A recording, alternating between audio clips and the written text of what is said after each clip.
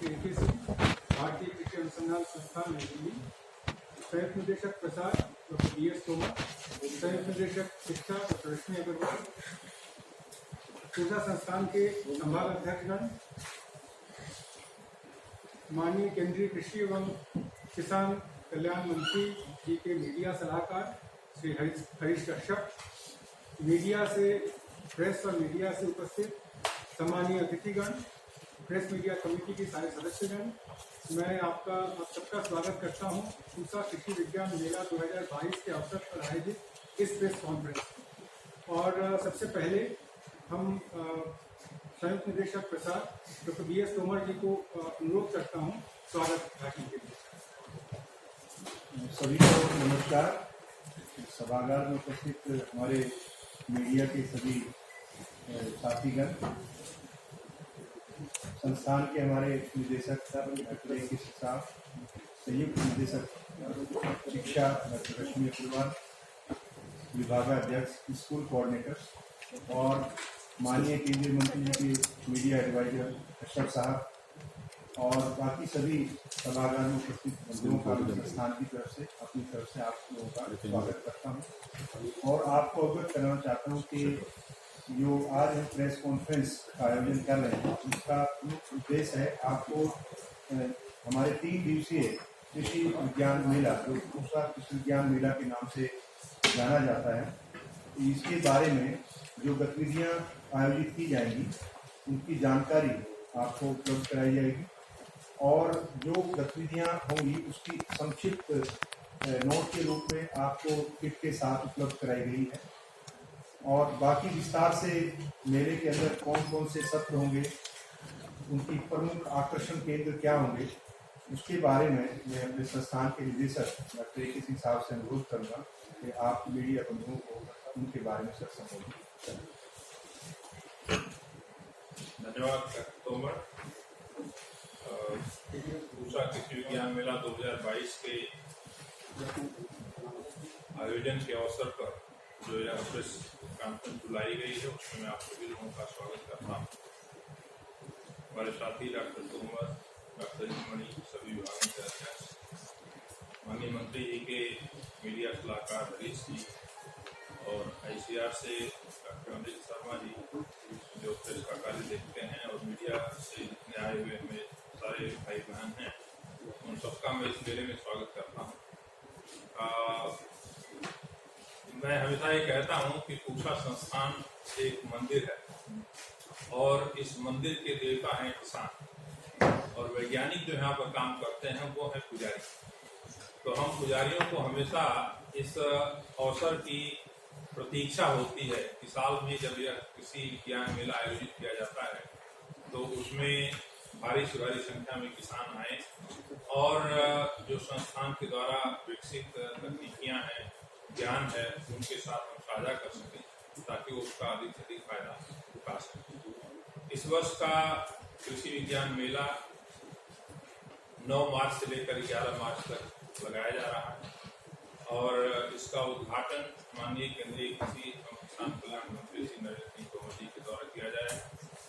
साथ में विशिष्ट अतिथि के रूप में राज्य मंत्री श्री कैलाश चौधरी जी और सुश्री शोभा करंदाजी जी भी होंगी और हमारे परिषद के महानिदेशक डॉक्टर प्रोतिम महापात्रा भी उसमें भाग लेंगे। इसके साथ साथ देश के विभिन्न कोनों से आए हुए किसान मेले में भाग लेंगे भारी संख्या में। और इस वर्ष मेले का जो विषय है आयोजन का, वो हम हर वर्ष से थोड़ा हटकर करते हैं। जैसा कि आप जानते हैं, माननीय प्रधानमंत्री जी के द्वारा हमेशा इस बात पर जोर दिया जा रहा है कि किस प्रकार से हम किसानों की आमदनी बढ़ाएं और उसमें कृषि में नई तकनीकियों का समावेश करके किस प्रकार से हम किसानों को ज़्यादा एम्पावर कर सकें ताकि वो अधिक से अधिक लाभ उठा सकें। और इसी बात को ध्यान में रखते हुए हम लोगों ने मेले का जो मुख्य विषय रखा है तकनीकी ज्ञान से आत्मनिर्भर किसान, तकनीकी ज्ञान से आत्मनिर्भर किसान। और इसमें जो 5 मुख्य विषय हैं जिस पर मेला केंद्रित होगा और इन्हीं विषयों पर हमारी प्रदर्शनी भी लगाई जाएगी और इन्हीं विषयों पर तकनीकी सत्रों का भी आयोजन किया जाएगा। पहला विषय है smart agriculture, digital agriculture, drone का प्रयोग और इनकी क्या क्या संभावनाएं हैं, इनका प्रयोग करके किस प्रकार से किसान भाई फायदा उठा सकते हैं, ये हमारा पहला विषय होगा। दूसरा हम चर्चा करेंगे एग्री स्टार्टअप और एफपीओ, फार्मर प्रोड्यूसर्स ऑर्गेनाइजेशंस जो हैं, और एग्री स्टार्टअप बना करके किस प्रकार से किसान अपने आप को संगठित करके उत्पादन करेंगे और उत्पादन को बाजार से जोड़ने में सफलता प्राप्त करेंगे, इसके ऊपर चर्चा की जाएगी। और मुख्य रूप से इस पर जोर यही दिया जाएगा कि इसमें हम वक्ता के रूप में मुख्य रूप से उन एफपीओ को या एग्री स्टार्टअप को बुलाए हैं जो पिछले कई वर्षों में अपने आप को बहुत सफल एफपीओ के रूप में स्थापित कर चुके हैं। अब जैसे हम उत्तर प्रदेश की बात करें तो करीब 450 के आसपास एफपीओ हैं उत्तर प्रदेश में। उनका एक संगठन है, उनके प्रेसिडेंट को भी हमने बुलाया है और उसमें से करीब 150-200 एफपीओ अच्छी तरह से काम कर रहे हैं, बहुत अच्छी तरह से काम कर रहे हैं। कई सारे एफपीओ जिसमें सफल नहीं है बनने के साथ जो है उनकी गतिविधियां बहुत अच्छी तरह से नहीं चल पाती। तो एफपीओ बनाने में क्या क्या प्रक्रिया होती है, कहाँ से तकनीकी ज्ञान मिलता है, कहाँ से आर्थिक अनुदान मिलता है, ये सब सारी विषयों के ऊपर विशेषज्ञों के द्वारा चर्चा की जाएगी। उसी तरह से जब हम स्मार्ट एग्रीकल्चर की या डिजिटल एग्रीकल्चर की बात करते हैं तो उसमें किस प्रकार से हम तकनीकियों का समावेश करके अपनी खेती की लागत को कम कर सकें, उत्पादन को बढ़ा सकें और उत्पाद को बाजार से जोड़ सकें, ये 3 मुख्य विषय होंगे और यही 3 मुख्य विषय जो है आमदनी बढ़ाने का मुख्य जरिया है किसानों का। तो इसके ऊपर चर्चा की जाएगी। और एक छोटा सा उदाहरण हम दें, फॉर एग्जाम्पल, जैसे मान लीजिए एक आपका 100 एकड़ में 5 किसानों ने 6 किसानों ने मिलकर के धान लगाया है बासमती का। अब उसमें एक कीड़ा आता है जिसको हम तेला या चेपा बोलते हैं, जिससे कि तना में बैठ करके रस चूसता है, पौधे सूख करके जो है जल्दी मर जाते हैं। हमेशा वो एक गोलाई में शुरू होता है। तो अगर ड्रोन का हम प्रयोग करें और ड्रोन में हमारे वैज्ञानिक काम कर रहे हैं, इसके ऊपर बहुत गहन रूप से सेंसर लगा होता है, सेंसर से पता चल जाएगा कीड़ा आ गया कि नहीं आ गया, कब आया। और जब ही पता चला तो उसी तरह से ड्रोन के द्वारा जो स्प्रेयर का प्रयोग होगा, उस स्प्रेयर में भी सेंसर लगा हुआ है और सारी डिजिटल मैपिंग होगी खेत में कहाँ पे कीड़े का प्रकोप हुआ है। वहीं पर जाकर के ड्रोन से जो स्प्रेयर है उसका नोजल खुलेगा, उतनी दूर में छिड़काव करेगा, सिर्फ 10 स्क्वायर मीटर में या 15 स्क्वायर मीटर में, और बाकी 100 एकड़ में आपको छिड़काव करने की जरूरत नहीं है। तो एक तो दवा जो आपकी 120 मिलीलीटर लगनी थी 1 एकड़ में, वो 10 मिलीलीटर में काम हो जाएगा। दूसरा, जो ज्यादा दवा छिड़कने से अवशेष होता था दवाओं का, रासायनिक दवाओं का, जो चावल में जाता था जिसकी वजह से हमारी खेत निरस्त हो जाती थी, उससे भी हमको बचत मिलेगी। तो इस तरह से खेती को किस प्रकार से हम तकनीकी से जोड़ करके और अपना खर्चा बचा सकें, उत्पादन बढ़ा सकें, इन सारे विषयों पर इसमें चर्चा की जाएगी। तीसरा जो मुख्य विषय होगा वो संरक्षित खेती का है और उसमें एरोपोनिक्स है, हाइड्रोपोनिक्स है, वर्टिकल फार्मिंग है। ये एक बहुत महत्वपूर्ण विषय है, क्योंकि जैसे जैसे खेती योग्य जमीनें जो है घटती जा रही हैं, शहरीकरण होता जा रहा है, तो शहरी आबादी के लिए भी जो है पेरी अर्बन एग्रीकल्चर में या शहरों में अगर हमको इस तरह का प्रयोग करना है तो उसमें क्या क्या संभावनाएं हैं, और इससे संबंधित जितनी कंपनीज हैं जो इस क्षेत्र में काम कर रही हैं, अपने आप को इस्टेब्लिश कर रखी हैं, उनके स्टॉल में अलग पूरा स्टॉल जो है इसी के ऊपर होगा, डॉक्टर मिश्रा के देख रेख में आयोजित किया जा रहा है। और उसमें जितनी प्रोमिनेंट कंपनीज हैं देश भर की, वो आकर के अपना प्रदर्शन लगाएंगी और उससे संबंधित जो विशेषज्ञ हैं और जो लोग इसमें कार्य कर रहे हैं वही लोग वक्ता के रूप में बताएंगे किसानों को आकर के। इसके बाद जो है चौथा बिंदु मेले का जो होगा वो जैविक खेती के बारे में होगा। और जैसा कि आप जानते हैं यह एक विषय है, बहुत ही महत्वपूर्ण विषय है, क्योंकि जिस प्रकार से उत्पादों की सुरक्षा को, पोषण सुरक्षा को और खासकर उसके अंदर रसायनों की मात्रा को लेकर के चिंता देश में नहीं देशों में भी जारी हो रही है इसके बारे में, और माननीय प्रधानमंत्री जी भी कई बार इस चीज के ऊपर जोर दिए हैं। तो जैविक खेती में क्या क्या मुख्य शोध है, उसका वैज्ञानिक दृष्टिकोण क्या है, वैज्ञानिक दृष्टिकोण से जैविक खेती का विश्लेषण करके और उसको हम किस प्रकार से लाभप्रद बना सकते हैं। अब जैसे मान लीजिए एक किसान के पास अगर 5 एकड़ जमीन है तो क्या वो 1 एकड़ में जैविक खेती करे और उसके उत्पाद को फिर बाजार से जोड़ें। निश्चित रूप से जो जैविक खेती करेगा तो हमें ये सुनिश्चित करना होगा कि उसे, उस किसान को जैविक खेती करने के लिए मूल्य भी उतना अच्छा मिले। तो जैविक खेती मूल्य संवर्धन का भी एक साधन होगा, क्योंकि उपभोक्ता जब जाएगा तो उपभोक्ता जैविक के नाम से जब कोई चीज खरीदता है तो उसके लिए ज्यादा पैसा देता है, और वो पैसा किसान के पास किस प्रकार से पहुंचे, इन सब चीजों को के ऊपर चर्चा की जाएगी। मुख्य रूप से जैविक खेती के वैज्ञानिक पहलुओं पर और किस प्रकार से इसको हम सस्टेन कर सकें लॉन्ग टर्म के लिए, इन बातों पर हम चर्चा करेंगे। और इसमें भी जो जैविक किसान हैं बहुत दिनों से जैविक खेती कर रहे हैं, इसमें काफी महारत हासिल है। जैसे हमारे एक किसान बुलंदशहर के भारत भूषण त्यागी जी हैं, पद्मश्री से सम्मानित हैं और जैविक में काफी अच्छा काम उनका, उनको हमने वक्ता के रूप में बुलाया है। और इसके बाद पांचवा विषय जो मेले का है वह है कृषि उत्पाद का निर्यात। जब हम किसानों की आमदनी बढ़ाने की बात करते हैं तो इस समय हमारा कृषि का कुल निर्यात करीब 40 बिलियन US डॉलर का है।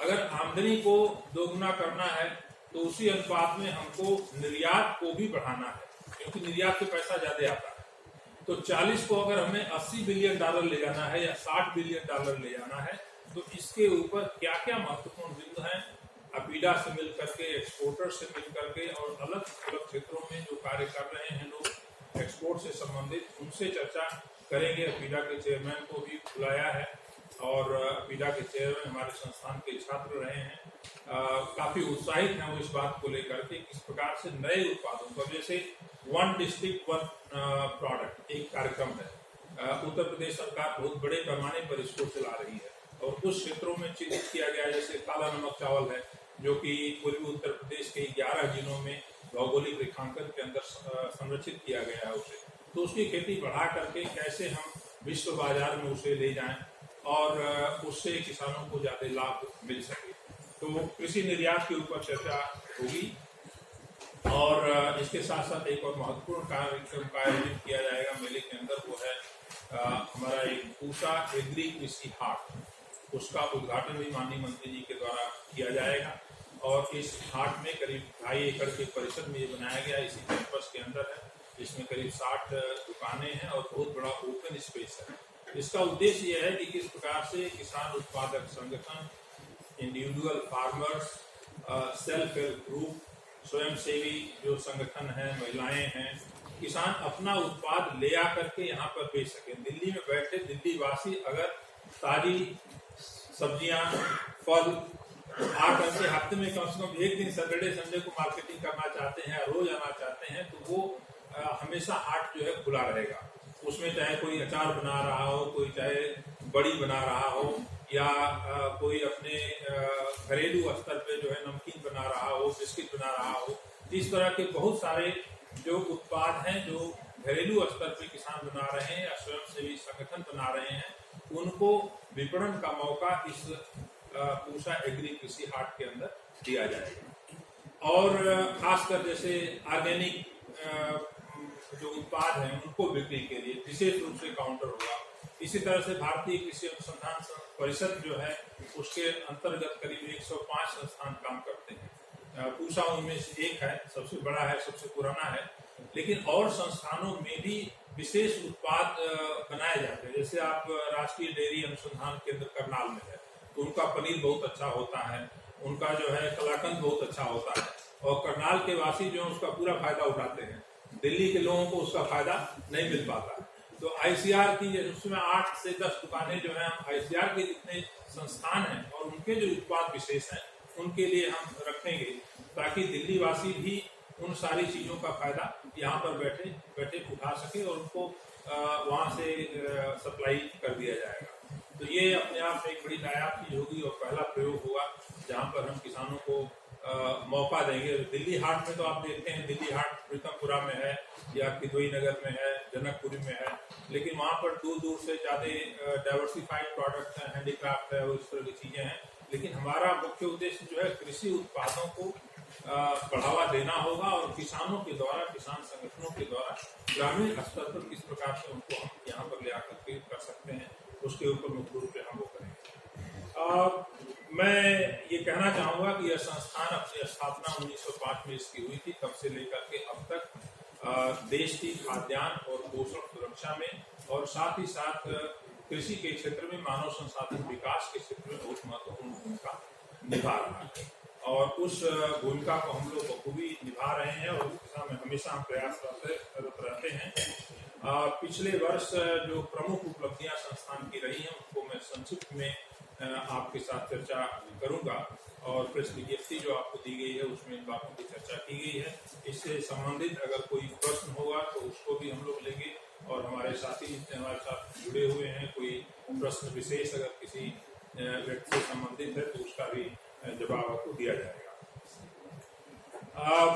पिछली बार 28 सितंबर को माननीय प्रधानमंत्री जी ने करीब 35 फसलें जो हैं नई विशेष गुणों वाली 35 फसलों का विमोचन किया था, राष्ट्र को समर्पित किया था और उन 35 किस्मों में से फसलों की 35 किस्में थी अलग अलग फसलों की, उनमें से 12 किस्में जो है पूषा संस्थान के द्वारा विकसित की गई।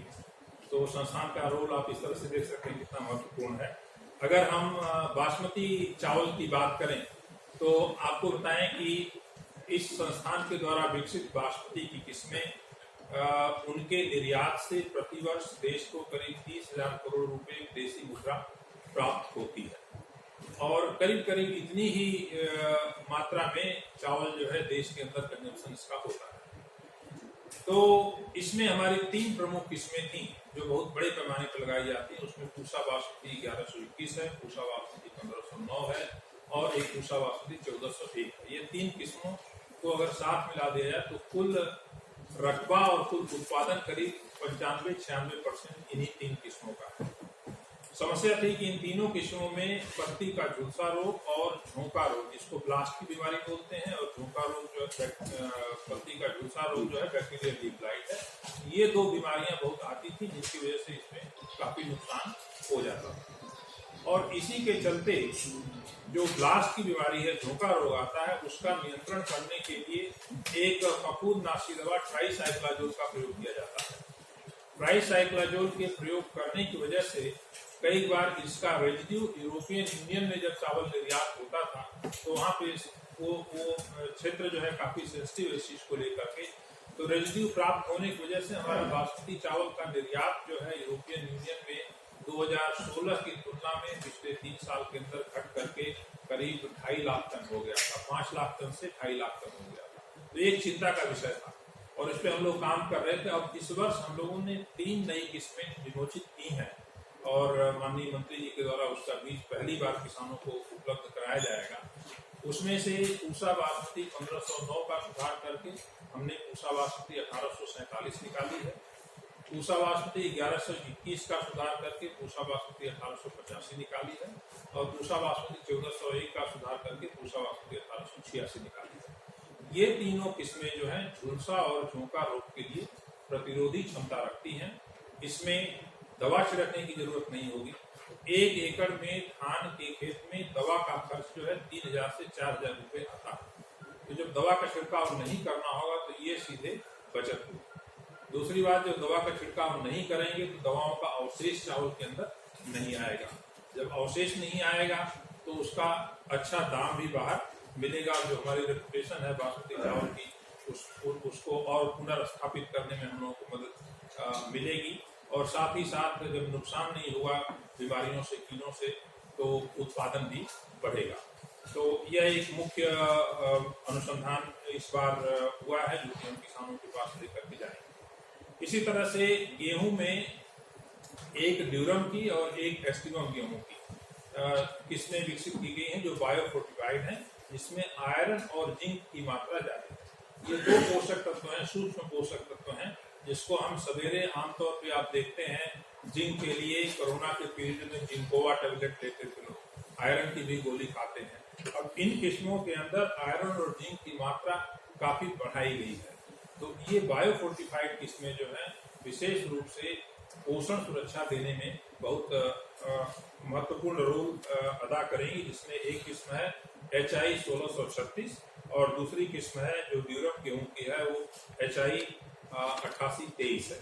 तो इन दोनों किस्मों को भी इस बार विमोचित किया गया है और ये भी विशेष गुणों वाली किस्मों में शामिल थी जो माननीय प्रधानमंत्री जी के द्वारा विमोचित की गई। इसी तरह से मक्का में हम लोगों ने एक संकर किस्म बेबी कार्ड की विकसित की है इस बार जो है। तो बेबी कार्ड जैसा कि आप जानते हैं इसमें सब्जी के लिए प्रयोग किया जाता है, कम अवधि की फसल होती है और काफी लाभ इसकी खेती से होता है। और कुछ किसान जो हमसे जुड़े हुए हैं उनमें से एक किसान कंवर सिंह चौहान है और उन्होंने काफी किसानों को संगठित करके अपेरना गांव के पास जो है बड़े पैमाने पर बेबी कार्ड और स्वीट कार्ड की खेती करते हैं। तो इसकी जो संकर किस्म हम लोगों ने बनाई है उसमें ये एक विशेष गुण होता है जिसको हम नरबंध बोलते हैं। इसका जो आमतौर पे क्या होता है कि जब मक्का लगाते हैं तो मक्के में नीचे भुट्टा लगता है जो उसका मादा अंग होता है और ऊपर जो है फूल आते हैं जिसको जीरा बोलते हैं जिसमें नर अंग होता है। लेकिन बेबी कार्ड में परागण नहीं होना चाहिए, तो उसका नर अगर सक्रिय होगा तो परागण अगर हो जाएगा तो बेबी कार्ड खराब हो जाएगा। तो इसलिए परागण होने से पहले ही हमको नर वाले हिस्से को काटना पड़ता है और उसके काटने में करीब 3000-4000 रुपये एकड़ का खर्चा मैनुअल डिटेस्टिंग में आता है, हाथ से काटने में। अब हमने ऐसा किया शोध जिसमें कि जो उसका नर है वो निष्क्रिय हो गया, नर फूल आता है लेकिन उसमें परागकण नहीं बनते हैं, तो इसकी वजह से डिटैचनिंग की आवश्यकता बिल्कुल नहीं पड़ती है। तो इसलिए वो खर्चा कम हुआ और ये पहली किस्म जो है संकर किस्म बेबी कार्ड की है जो विकसित की गई है, उसको भी विमोचित किया गया। और इसके अलावा 2 किस्में मक्के की और विकसित की गई हैं जिनमें की क्वालिटी प्रोटीन में उनमें लाइसिन और ट्रिप्टोफैन ये 2 अमाइनो एसिड्स हैं जो बड़े महत्वपूर्ण है स्वास्थ्य के लिए, उनकी मात्रा बढ़ाई गई है। और इसके साथ ही साथ प्रोवाइटामिन ए के कमी से जो है कई सारी बीमारियां होती हैं, इसमें रतौंधी एक सबसे प्रमुख समस्या है जो शाम को नहीं दिखता है कई लोगों को। तो इनके अंदर प्रोवाइटामिन ए की मात्रा भी बढ़ाई गई है। आमतौर पर मक्के के अंदर जो है 2 ppm पाया जाता है और इसमें करीब 10 से 12 ppm प्रोवाइटामिन ए पाया जाता है। तो इनके प्रयोग से जो पोषण की समस्या है उसको हम समाधान करने में मदद मिलेगी। चने में एक किस्म पूसा चना 4005 विकसित की गई है जिसमें सूखा रोधी क्षमता है और अरहर में 3 किस्में विकसित की गई हैं जो अगेती हैं, 125-130 दिन के अंदर पककर तैयार हो जाती हैं। तो खासकर फसल के विविधीकरण में और खासकर जब हम पंजाब, हरियाणा, पश्चिम उत्तर प्रदेश की बात करते हैं तो इन क्षेत्रों में अपार संभावना है कि धान को अगर हमें रिप्लेस करना है तो या तो सोयाबीन एक फसल है, मक्का दूसरी फसल है, तीसरी अरहर है। इसका हम डाइवर्सिफिकेशन करेंगे तो हम धान की खेती को थोड़ा कम कर सकते हैं इस क्षेत्र में, जिससे पानी की समस्या, जल स्तर नीचे भूजल भागता जा रहा है उसको हम कम कर सकते हैं और किसानों को अधिक लाभ इससे हो सकता है। तिलहनों की अगर बात करें तो यह संस्थान सरसों के क्षेत्र में बहुत अच्छा अनुसंधान संस्थान के द्वारा किया गया और इसमें राष्ट्रीय स्तर पर जितना प्रजनक बीज उत्पादित होता है और प्रजनक बीज से फिर हम फाउंडेशन बीज बनाते हैं, फाउंडेशन सर्टिफाइड सीड बनता है और सर्टिफाइड सीड किसानों को दिया जाता है। तो प्रजनक बीज का कुल हिस्सा जो है करीब 45% के आसपास है पूसा संस्थान के द्वारा विकसित सरसों की किस्मों का। इसमें एक नए क्षेत्र में जो हम लोगों ने काम किया है वो है जो गुणवत्तापूर्ण तेल वाली सरसों किस्मों का विकास, तो जिसमें एरोसिक अम्ल होता है एक तत्व जो उनकी फैटी एसिड होती है। आमतौर में सरसों में करीब 45% से ज्यादा पाया जाता है, लेकिन ये जो नई किस्में विकसित की गई हैं इसमें 2% से कम एरोसिक अम्ल पाया जाता है। और दूसरा कंपाउंड जिसको हम ग्लूकोसिनोलेट बोलते हैं ये खली के अंदर पाया जाता है और ये हानिकारक होता है, इससे घेगे की बीमारी होती है। अगर उस खली को हम जो जानवर जुगाली नहीं करते हैं जैसे पिगरी है, पोल्ट्री है, उनको खिलाएं तो उनमें घेगे का रोग हो जाता है, तो उनको हम खिला नहीं सकते हैं सरसों के लिए, जबकि बहुत प्रोटीन की मात्रा ज्यादा होती है, पौष्टिक दृष्टिकोण से बहुत अच्छी होती है। लेकिन अब जो हमने नई किस्में विकसित की हैं जो बाहर से हम पहले तेल आयात करते थे कनोला के नाम से, जिसमें लो एरोसिक लो ग्लूकोसिनोलेट होता है, अब हमारी अपनी किस्में यहाँ से विकसित हो गई हैं और उसी श्रृंखला में पूसा 00 मस्टर्ड 33 नाम की एक किस्म विकसित की गई है जिसमें पैदावार भी करीब 26 क्विंटल के आसपास है और तेल की गुणवत्ता बहुत अच्छी है, फली की गुणवत्ता भी बहुत अच्छी है। तो